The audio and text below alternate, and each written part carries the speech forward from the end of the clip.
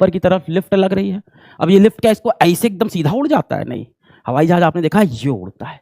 ये कैसे होता है आओ समझते हैं। तो मूवीज वगैरह में, कार्टून वगैरह में आपने देखा होगा कि हवाई जहाज को उड़ाने के लिए पायलट ऐसे स्टीयरिंग व्हील को ऐसे खींचता है अपने से, और हवाई जहाज ऐसे। कार्टून में तो देखा होगा ऐसे जितनी कस के खींचते हैं उतनी तेज ऊपर चला जाता है।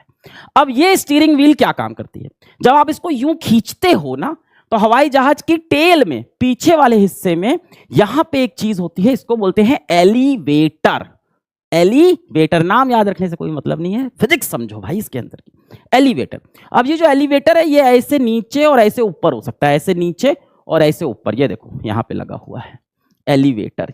ये ऐसे ऊपर भी आ सकता है, ऐसे नीचे भी जा सकता है। अब इससे क्या होता है, जब आप इसको स्टीयरिंग व्हील को यूं ऐसे खींचते हो तो ये एलिवेटर को ऊपर की तरफ उठा देता है।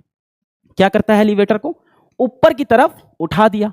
अब ऊपर की तरफ उठा दिया तो क्या हुआ? तेजी से आप भाग रहे हो, आपने ये खींचा, एलिवेटर ऐसे ऊपर उठ गया। अब जो हवा सामने से आ रही है वो इसको ऐसे मारती रहेगी, और मारेगी तो नीचे की तरफ इसको दबाएगी, है ना। ऐसे देखो, ये मान लो जहाज है आपका, और यहां पे एलिवेटर आपने ऊपर की तरफ खोल दिया, तो क्या होगा? हवा आके इसको मारेगी, और मारेगी तो क्या प्लेन को नीचे की तरफ झुकाएगी। तो प्लेन की टेल पे नीचे की तरफ क्या लगती है? फोर्स लगती है। और यहां से पंख पे क्या लग रहा है? ऊपर की तरफ लिफ्ट, क्योंकि ये हवा को नीचे दबा रहा है। अब देखो, टेल पे नीचे की तरफ फोर्स लगी तो क्या हुआ? टेल नीचे आ गई। और अब एक ही चीज सुनो, जैसे ही टेल पे नीचे फोर्स लगी, यहां पे ऊपर क्या लग रहा है? लिफ्ट का फोर्स। ये ऐसे ऊपर उठ गया, तो टेल नीचे जाती है और नोज ऊपर, और हवाई जहाज को ऐसे खींचा। ये किसकी वजह से होता है? पीछे लगे एलिवेटर की वजह से। ये एलिवेटर खुल के ऐसे ऊपर आ गया, हवा ऐसे, मान लो प्लेन ऐसे जा रहा है और एलिवेटर ऐसे हो गया, तो भाई आगे से हवा इसको मारेगी, धड़ धड़ धड़ धड़ ऐसे झुकेगा और जहाज ऐसे उठ जाएगा। अब इससे एक फायदा और होता है, ध्यान से सुनना, बुरी का फिजिक्स। जैसे ही ये टेढ़ा हुआ, एक बहुत बड़ा फायदा हुआ आपको कि आपका एंगल ऑफ अटैक और बढ़ गया। जहाज ऐसे हो गया तो एंगल ऑफ अटैक और बढ़ गया। अब और बहुत सारे एयर मॉलिक्यूल इसको नीचे से आके यूं मारेंगे और इसको लिफ्ट और ज्यादा मिलेगी, तो ये तेजी से ऊपर की तरफ चढ़ने लगता है, और इस तरह से हवाई जहाज टेक ऑफ करता है। अब ये प्लेन पहुंच गया लेवल फ्लाइट पे। लेवल फ्लाइट वो ऊंचाई जिस पे अब प्लेन को उड़ते रहना है, पर उड़ते रहने के लिए भी प्लेन को तेजी से चलते रहना पड़ेगा। क्यों? क्योंकि भाई प्लेन का जो वेट है, इसके अंदर के लोगों का वेट, प्लेन के सामान का वेट, इसके अंदर जो पैसेंजर का सामान रखा है उसका वेट, वो तो इसको नीचे खींच रहा होगा। तो इसको तेजी से आगे बढ़ते रहना होगा ताकि हवा के मॉलिक्यूल तेजी से आते हुए इसके पंख से नीचे दबते रहें और इसको ऊपर की तरफ लगातार लिफ्ट मिलती रहे। जब लेवल फ्लाइट में आ जाते हैं कि इसी ऊंचाई पे उड़ते रहना है, उस समय प्लेन उतनी ही तेजी से चलता है कि हवा के मॉलिक्यूल को उतना ही दबाए कि जो लिफ्ट मिले वो वेट के बराबर हो, ना अब ये ऊपर जाए ना ये नीचे जाए।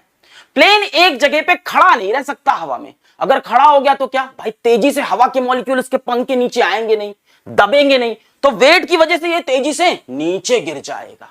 यहीं पे हेलीकॉप्टर गेम जीत जाता है। हेलीकॉप्टर को देखा है, किसी भी एक जगह पे हवा पे ऊपर ऐसे खड़ा रहता है, टक टक टक टक टक टक टक टक उसका पंखा घूमता है। हेलीकॉप्टर के पास ये ब्लेड होते हैं या ये पंखे होते हैं जो लगातार घूमते रहते हैं। देखो ऐसे घूमते हुए एयर के मॉलिक्यूल्स को लगातार ये दबाते रहते हैं। पर हवाई जहाज की बात करें तो इसका जो पंख है, इसका जो विंग है, ये एक ही जगह पे रुका हुआ है, तो ये तेजी से हवा के मॉलिक्यूल को अपने पास नहीं बुला सकता जब तक ये खुद तेजी से ना चले। हेलीकॉप्टर क्या है, ठक ठक ठक ठक घूम रहा है, तो लगातार हवा के मॉलिक्यूल को खूब तेजी से नीचे दबा रहा है, जिससे जो उसका वेट है उसके बराबर की उसको लिफ्ट मिल पाए। इसीलिए हेलीकॉप्टर एक जगह पे खड़ा रह सकता है, पर एरोप्लेन को लगातार चलते रहना पड़ेगा अगर उड़ते रहना है भाई। अब जहाज उड़ रहा है हवा में, टेक ऑफ हो गया भाई, सीट बेल्ट अब आप खोल सकते हो। अब एक बहुत बड़ा डर सबको लगता है कि हवाई जहाज में अगर आके चिड़िया लड़ जाए इंजन में तो क्या होगा, कि इस इंजन में अगर आके चिड़िया लड़ जाए तो क्या होगा। क्या ऐसा सच में होता है? बिल्कुल होती है चीज, है ना। कई बार हवाई जहाज के इंजन में आके चिड़िया फंस जाती है। छोटी मोटी चिड़िया होगी तो कोई दिक्कत नहीं, पर मान लो चिड़िया का पूरा झुंड आके फंस गया, और ये जनरली टेक ऑफ के वक्त ही होता है, सबसे ज्यादा टेक ऑफ या लैंडिंग के वक्त, है ना। चिड़िया इतनी ऊपर थोड़ी उड़ती है जितनी ऊपर हवाई जहाज चला जाता है। अगर मान लो पूरी चिड़िया का झुंड आ गया या बहुत बड़ी चिड़िया आके हवाई जहाज के इंजन में फंस गई तो क्या होगा भाई, इंजन खराब हो जाएगा। इंजन में इस तरह से देखो, इस तरह से इंजन में आग वगैरह लग जाती है तो क्या होगा, हवाई जहाज क्रैश हो जाएगा।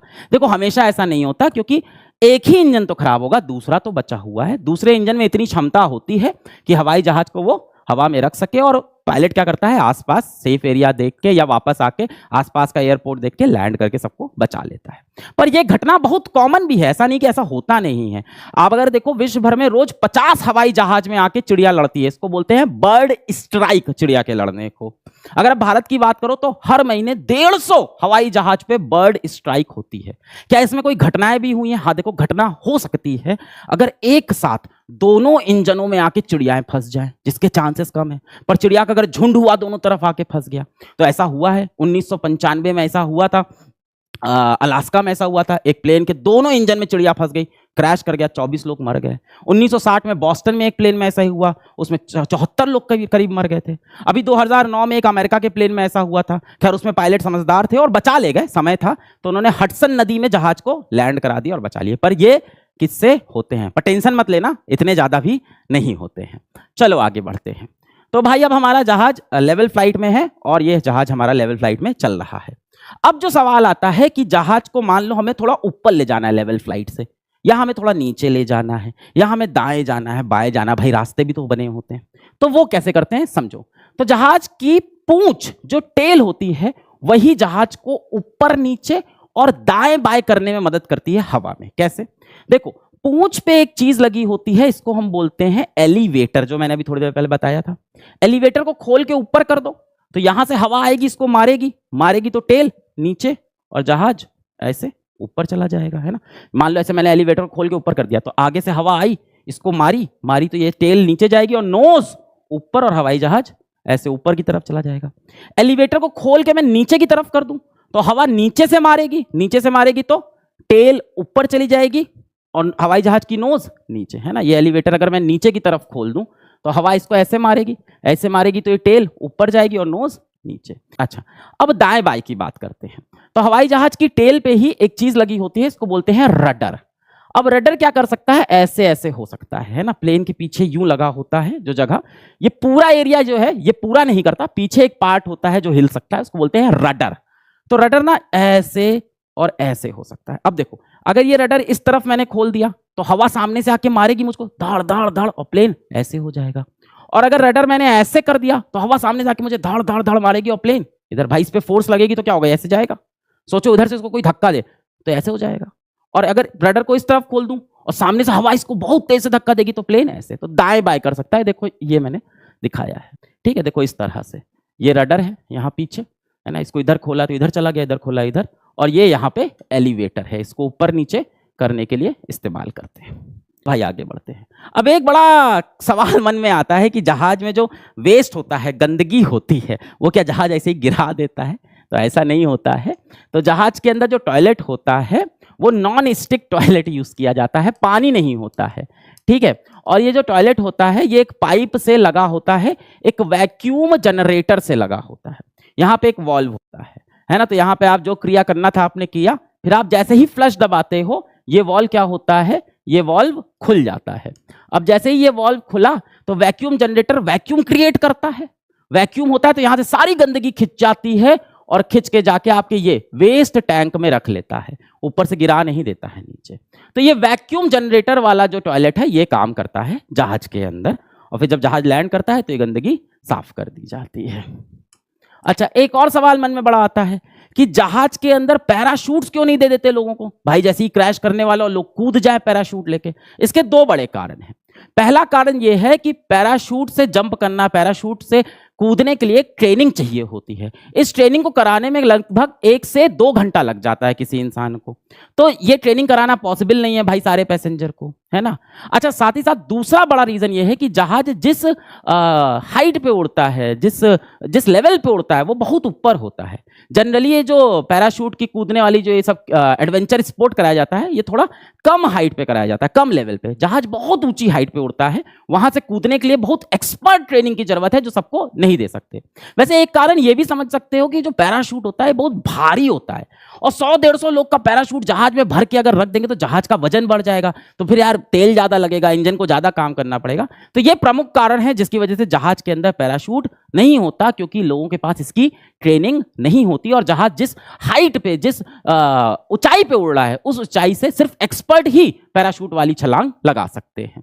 चलो भाई, सारी कहानी हो गई, कुछ नहीं हुआ, कोई दुर्घटना नहीं है, सीट बेल्ट बांध लो, लैंड करने का समय आ गया है। तो हमारी पायलट महोदय ने बोला चलो लैंड करते हैं। इन्होंने कम्युनिकेशन किया फिर से एयर ट्रैफिक कंट्रोल से कि भाई रिक्वेस्टिंग फॉर लैंडिंग, तो बोलते हैं चलो आ जाओ लैंड करो। तो सबसे पहले ये क्या करती हैं, अपनी इंजन की गति को घटाती हैं, इंजन की गति कम करती हैं। इंजन की गति कम करोगे, स्पीड आपने कम की, हवा में आपकी गति कम हुई, तो हवा धीमे धीमे आ रही है, तो इतनी तेजी से इसको ऊपर लिफ्ट नहीं मिलेगी, है ना भाई। हवा की गति अगर बढ़ाओगे तभी तो आपको लिफ्ट मिल रही थी, क्योंकि एयर के मॉलिक्यूल आके मार रहे थे। आपने गति कम कर दी तो लिफ्ट कम हो गई, है ना। कम एयर के मॉलिक्यूल आके इसको नीचे से मारेंगे, तो इसकी गति कम हो गई। अब गति कम हुई तो इसका लिफ्ट कम हुआ, लिफ्ट कम हुआ तो जहाज नीचे आने लगता है, पर बहुत तेजी से नीचे ना आए, इसलिए फिर से जहाज के फ्लैप्स और स्लैट्स को फिर से खोल देते हैं। फ्लैप्स और स्लैट्स को फिर से खोल दिया, क्या ऐसा नहीं गति कम की जर्र नीचे गिरने लगा।